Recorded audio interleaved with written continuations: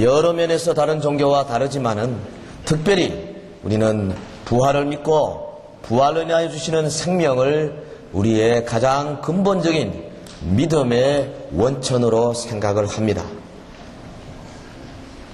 공자나 석가모니나 혹은 이슬람의 교주인 마호멧이라 할지라도 저들의 무덤이 우리 앞에 다 존재하고 있습니다. 그러나 우리의 구주이신 예수님은 그의 무덤을 찾을 길이 없습니다. 아니, 그 무덤이 비어 있습니다. 무덤은 사망의 은신처라고 말할 수 있습니다. 그런데 이 무덤은 그 큰 입을 열어서 그동안 모든 인류를 다 삼키는 무서운 괴물과 같은 존재였지만은 우리 예수 그리스도를 그대로 품어 안고 있을 수 없어 마침내 하나님 앞과 온 인류 앞에 토해내고 말았습니다.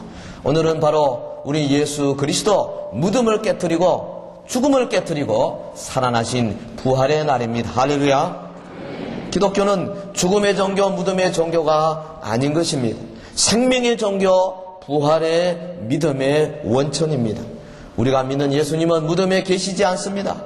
우리가 믿는 예수님의 무덤은 이 땅에 존재할 수가 없는 것입니다. 주님께서 십자가상에서 피를 흘리시고 죽으신 것이 역사적인 사실이었듯이 그의 무덤이 비었고 온 천하에 그가 죽어 있지 아니하고 살아 움직이는, 그래서 이제는 시간과 공간의 제약을 초월하신 위대한 분이 되셨다는 사실이 또한 역사적인 사실인 겁니다.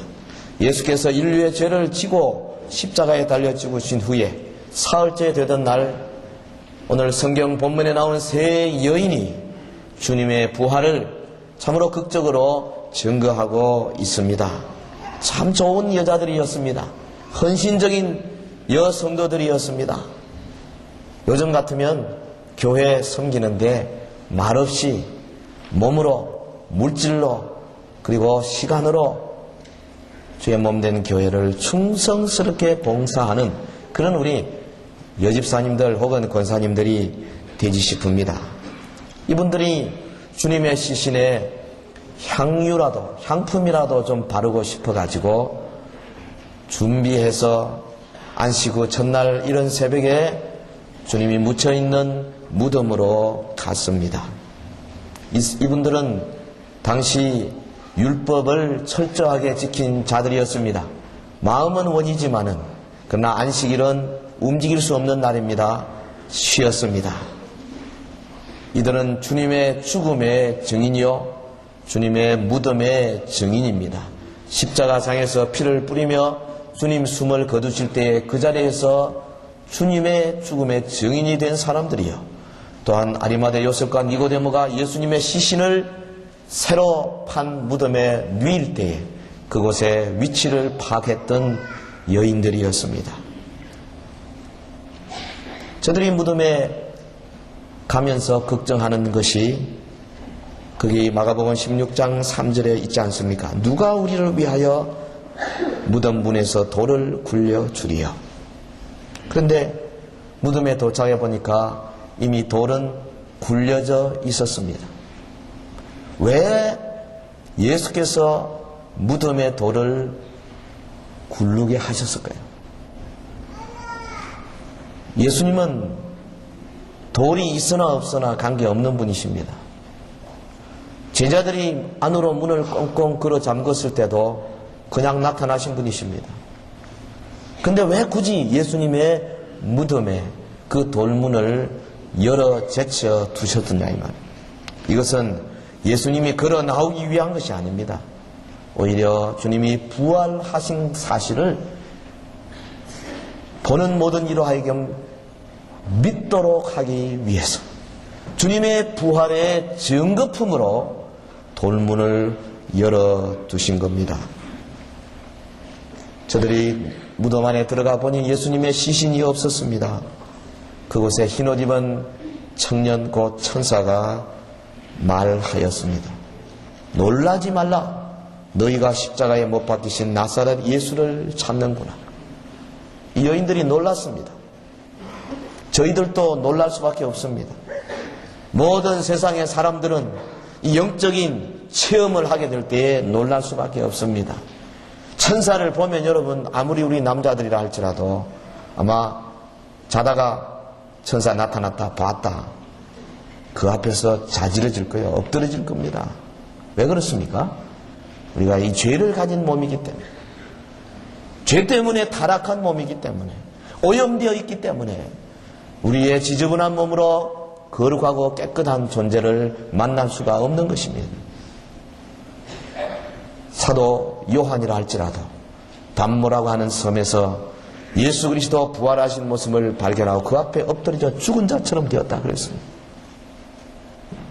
우리 주님께서는 친히 이 땅에 오셔서 우리의 모든 죄를 다 걸머지시고 홀로 십자가로 가시고 우리의 죄의 짐을 다 풀어주셨습니다. 이제는 우리가 그리스도를 믿음으로 그분의 의의 옷을 입고 우리의 육신의 두 눈으로도 이제는 살아계신 주님을 볼 수 있는 이 아름다운 의인의 반열에 불러주신 줄 믿습니다. 놀라지 말라. 너희가 십자가에 못 박히신 예수를 찾는구나. 그가 살아나셨고 여기 계시지 아니하니라. 그가 살아나셨다. 이 세 마디가 바로 우리 기독교의 믿음에 대해 근간이 되는 말씀입니다.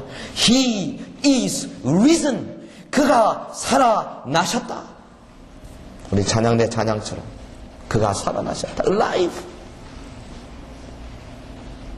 저와 여러분, 부활절이라 해서 1년에 한 번 주님의 부활을 생각하고 마는 것이 아니라 부활하신 주님이 바로 이곳에 임재하시면서 믿는 모든 사람들에게 하늘에 속한 신령한 은혜와 은사를 채워주시는 줄로 믿으시기를 예수 이름으로 축원합니다. 예수님을 장사했던 무덤은 이제 빈 무덤이 되었어요.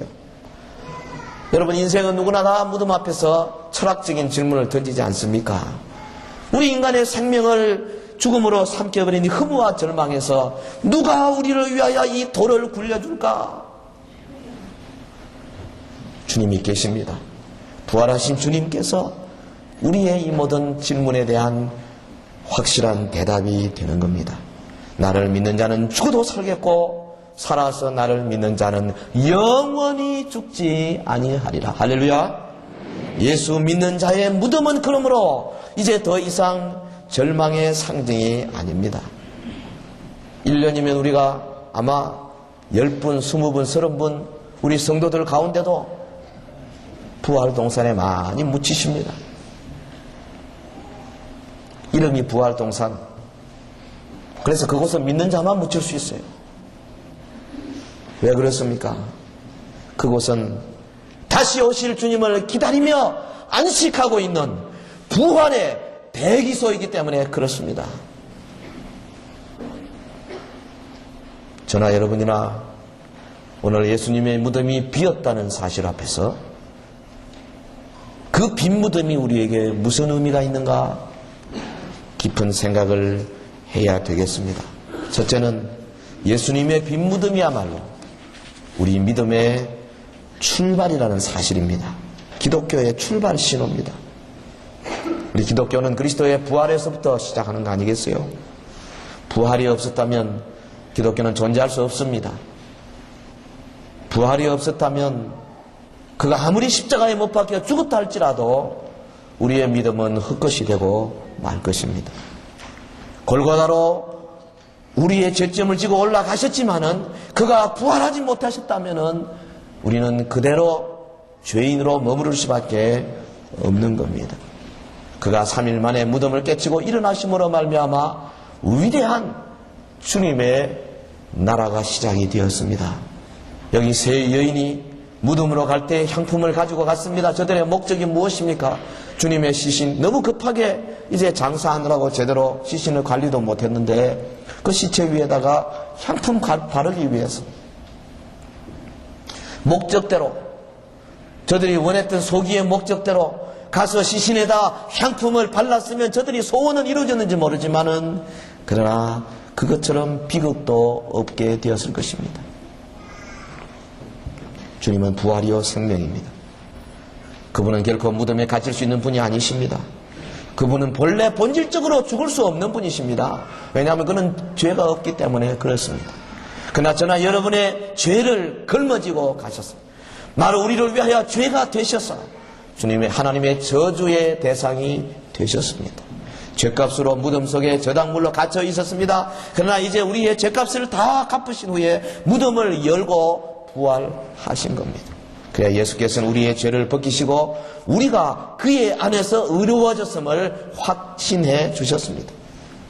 사도 바울이 이 위대한 진리를 로마서 4장 25절에 말했습니다. 예수님은 우리 범죄함을 위하여 내어줌이 되고 또한 우리를 의롭다 하심을 위하여 살아나셨느니라. 할렐루야. 그가 죽으신 것은 우리의 범죄함 때문입니다. 그러나 그가 살아나신 것은 저와 여러분의 의롭다 하심을 받기 위함인 줄로 믿습니다. 주님의 부활이 없었다면 우리의 의로움도 있을 수 없을 것입니다. 주님의 부활이 없었다면 우리의 전파하는 것도 헛것이 될 것입니다. 주님의 부활이 없었다면 저와 여러분이 이 땅에서 주를 위하여 사는 모든 헌신의 삶은 다 헛것이 되고 말 것입니다. 사도 바울은 그러므로 고린도전서 15장 14절 15절에서 우리가 하나님의 증인으로 온전히 서기 위해서 주님의 부활이 필수적이라고 거듭거듭 반복해서 말하고 있는 겁니다. 그리스도께서는 부활하심으로 모든 믿는 자에게 소망의 초석을 놓아두셨습니다. 그러므로 여러분, 저와 여러분, 우리의 이 믿음, 우리의 기독교적인 이 믿음의 체계가 바로 그리스도의 다시 사심, 무덤을 깨뜨려 버리시고 죽어 시체가 되어 있다가 호련히 살아 일어나 다시는 시간과 공간의 제약을 받지 아니하시니 영화로운 몸이 되었다는 이 위대한 사실 때문에 그 몸으로 40일 동안 제자들과 함께 거하시고 장차 우리를 살려내시고 우리의 거룩한 몸으로 1000년 동안 믿지 아니한 자들과 함께 이 땅에 살 천년 왕국의 왕들이 될 것을 우리에게 보여주신 이 위대한 주님의 그 부활의 소식 앞에서 우리가 더욱더 담대한 마음으로 우리의 믿음의 자세를 견지해야 될 줄로 믿습니다. 두 번째, 우리 주님의 무덤이 비었다는 사실이 바로 우리의 무덤도 예수님의 무덤과 같이 비게 될 것을 보여주는 확실한 징표입니다. 저와 여러분의 장차 거하게 될 그 무덤이 주님이 오시는 날에 비게 될 것입니다. 로마서 6장 3절에서 5절까지의 이 위대한 진리가 기록이 되어 있습니다. 무릇 그리스도 예수와 합하여 세례를 받은 우리는 그의 죽으심과 합하여 세례 받은 줄을 알지 못하느뇨. 그러므로 우리가 그의 죽으심과 합하여 세례를 받음으로 그와 함께 장사되었나니 만일 우리가 그의 죽으심을 본받아 연합한 자가 되었으면 또한 그의 부활을 본받아 연합한 자가 되리라. 할렐루야. 우리가 세례 받은 것 주님과 함께 죽는 것을 의미하지 않습니까? 주님과 연합되는 것을 의미합니다. 우리는 주님과 연합해서 십자가에 못 박혀 죽었습니다. 그러므로 주님과 연합된 우리는 이제 주님이 부활하신 것처럼 우리의 무덤을 깨뜨리고 부활하게 될 것입니다. 고린도전서 15장 20절에 이제 그리스도께서 죽은 자 가운데서 다시 살아 잠자는 자들의 첫 열매가 되셨도다 말씀했습니다. 첫 열매가 된다는 것은 두 번째, 세 번째 열매가 있다는 말입니다. 주님이 처음으로 부활하시고 이제는 그를 믿는 자들 차례대로 부활하게 될 것입니다. 우리는 더 이상 무덤 속에 갇혀있는 존재가 되지 않을 것입니다. 우리는 우리의 무덤이 장차 빈 무덤이 되어야 된다는 사실을 믿어야 할 줄로 믿습니다. 우리 앞서간 우리 사랑하는 믿음 안에 있는 성도들, 저 부활도선에 묻혀있는 사랑하는 주의 백성들, 주님이 하나님의 나팔과 천사장 호령소리와 함께 호련히 구름 타고 이 땅에 오실 때 그 무덤들이 깨뜨려지고 그 무덤들이 호련히 빈 무덤이 되게 되는 놀라운 역사, 우리의 눈으로 친히 목도하게 될 것입니다. 비유컨대 우리가 이 땅에서 죽어 무덤에 묻히는 것은 마치 계명을 쫓아 안식일에 쉬는 것과 비슷합니다. 우린 쉽니다. 그러나 우리의 무덤도 잠든 육체가 잠시 쉬는 안식처요 부활을 기다리는 대기소일 뿐이지 그곳에서 계속 썩어 없어지는 것이 아닙니다. 죽음이라는 괴물, 참으로 오랫동안 수천 년 동안 수많은 인류들을 다 집어삼켰습니다마는, 그러나 그리고 예수님마저도 삼킨 것 같았습니다. 이었고 사흘 만에 우리 주님께서 무서운 생명의 능력으로 이 괴물의 배를 가르고 다시 이제 이 땅에 나오심으로 말미암아 이제 그를 믿는 모든 성도들이 주님의 뒤를 따라서 이제는 무덤을 깨치고 나올 수 있는 존재가 되게 된 것입니다. 할렐루야. 그러므로 여러분, 주님의 빈 무덤은 죽음을 정복하신 그리스도의 승리요, 또한 그와 연합한 저와 여러분의 승리가 되는 줄로 믿습니다. 담대하게 그러므로 우리는 외쳐야 합니다. 사망아 너에 이기는 것이 어디 있느냐? 사망아 너에 쏘는 것이 어디 있느냐? 여러분, 우리의 신앙생활 가운데 정말로 하나님의 그 믿음을 가지고 말씀 가지고 증거하고 전파할 때에 우리의 소망이 장차 우리의 무덤이 빈 무덤이 될 것이라는 이 위대한 소망 때문에라도 우리는 결코 주저하거나 부끄러워하거나 뒤로 물러설 수가 없는 것입니다. 왜 우리가 믿지 않는 자들에게 내가 그리스도인이요, 내가 갖고 있는 이 그리스도의 생명을 나누어 주기를 원하노라고 담대하게 말할 수 없습니까? 왜 우리 사랑하는 자들에게 전도하기를 그렇게 주저하고 끓이고 있습니까? 왜 주님의 그 나라를 위하여 내 한번 헌신하지 못하고 주저하고 있습니까? 왜 내게 주신 물질을 아까워서 인색해서 함부로 하나님을 위하여 쓰지 못하고 벌벌 떨고 있습니까? 부활의 소망이 부족하기 때문에 그렇습니다. 여러분, 우리의 이 무덤이 앞으로 빈 무덤이 될 것이라는 확신이 있으면 이제는 이 여인들이 비록 그 앞에서 두려워 떨다가도 이제 저들의 남은 생애를 정말 용감하게 담대하게 주의 증인이 된 것처럼 우리도 저들의 뒤를 따라갈 수가 있게 될 것입니다. 우리 모두가 다 부활의 소망을 가지고 담대하게 주의 증인 되는 놀라운 주의 백성들 되시기를 주의 이름으로 축원합니다. 또 하나, 우리는 무덤 너머의 소망 가운데 살아야 합니다. 주님의 빈 무덤으로 하여금 오늘 우리 앞에 믿음의 원천이 될 때에 이제는 이 땅에서 현재적으로 살 때 우리의 무덤 넘어 소망 가운데 우리가 살 수 있는 놀라운 생명의 원천을 받는 겁니다. 미래적으로는 우리의 무덤이 예수님의 무덤처럼 비게 될 것이지만 현재적으로는 무덤 너머의 소망 가운데 사는 주의 백성들이 되어야 하겠습니다. 주님은 2000년 전에 이미 무덤을 열고 나오셔서 하나님의 보좌 우편에 앉으셨습니다. 집사 스데반이 돌을 맞아 죽어갈 때에 눈을 들어 하늘을 쳐다보니 거기 보좌 우편에 서서 스데반을 향하여 손짓하고 계셨습니다. 우리 예수님은 우리에게 하늘 소망이 되시는 분이십니다. 우리의 시민권이 있는 하늘 거기에 주님이 계시고 저리로서 구원할 자고 예수 그리스도 오시는 바로 소망의 원천이 되고 계십니다. 그러므로 우리 이 땅에 살면서 주님의 빈 무덤을 끊임없이 묵상하고 그래서 이 무덤 너머의 소망을 확신하고 파지하는 자들이 되어야 할 것입니다. 사도 바울이 바로 이 소망을 확연히 가졌습니다. 이는 내게 사는 것이 그리스도니 죽는 것도 유익함이니라. 이는 내게 사는 것이 그리스도니 죽는 것도 유익하니라. 내가 이 두 사이에 끼었는데 차라리 여기를 떠나서 그리스도와 함께 같이 사는 것이 더 유익하지만은, 그러나 사랑하는 빌립보 교회 성도들이여, 여러분들을 위하여서 내가 잠시 육신에 거하는 것이 여러분을 위하여 더 유익하니라. 사도의 이 참으로 놀라운 신앙의 고백을 보십시오. 성도의 소망은 하늘나라에 있는 겁니다. 우리는 무덤 너머의 소망을 가진 자가 되어야 합니다. 오늘 현대인의 특징 가운데 가장 큰 특징은 내세보다 현세 중심의 삶을 살고 있다는 겁니다. 대부분의 사람들이 그저 좀 고차원적인 이야기 다 싫어하고, 오늘 이 자리에서 뭘 먹을까, 뭐 입을까, 어떻게 살까, 내 노후는 어떻게 할까, 이거에 온갖 관심을 다 갖고 있는 거예요. 돈으로 해결할 수 있는 것에 모든 우리의 관심이 있고, 우리의 기도의 제목이 그런 데 집중되고 있지 않습니까, 여러분? 그것 때문에 울고, 그것 때문에 금식하고, 그것 때문에 참 몸부림치고 그러지 않습니까? 성경은 우리에게 말합니다. 너 뭐 먹을까 뭐 입을까 염려하지 마라. 그런 거 다 이방인들, 안 믿는 사람들이 구하는 것이다.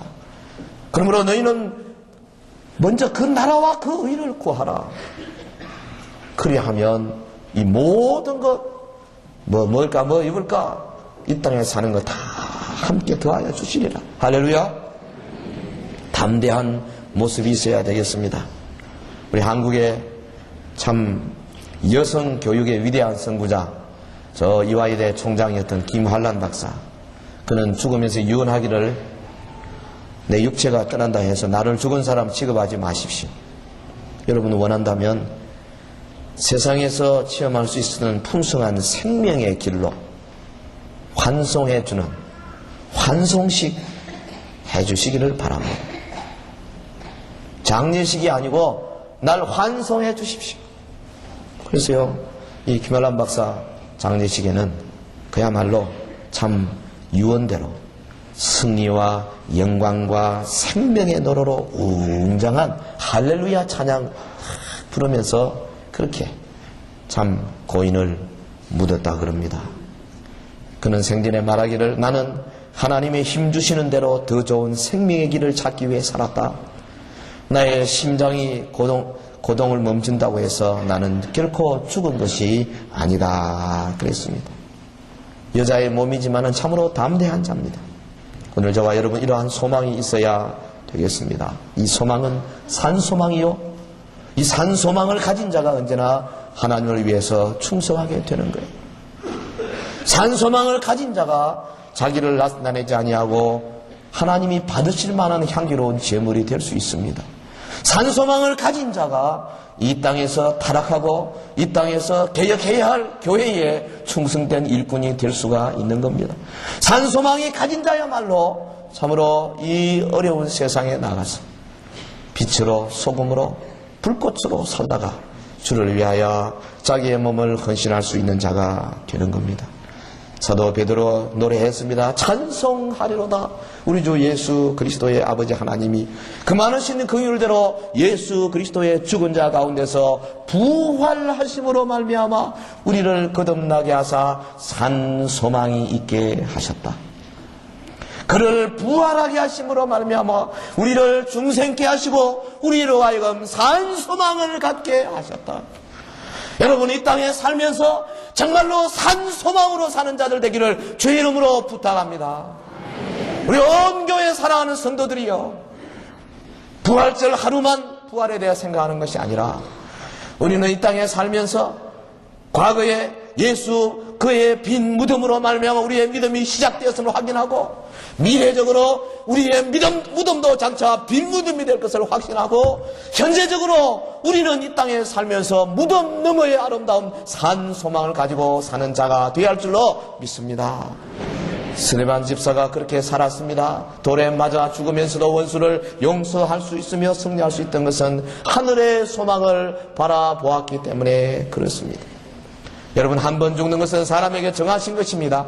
우리 다 죽을 수밖에 없는 존재들입니다. 그러나 그 죽음의 의미는 같지 않습니다. 어떤 사람에게는 죽음이야말로 모든 것의 끝입니다. 절망입니다. 실패입니다. 영원한 멸망입니다. 두려움의 대상입니다.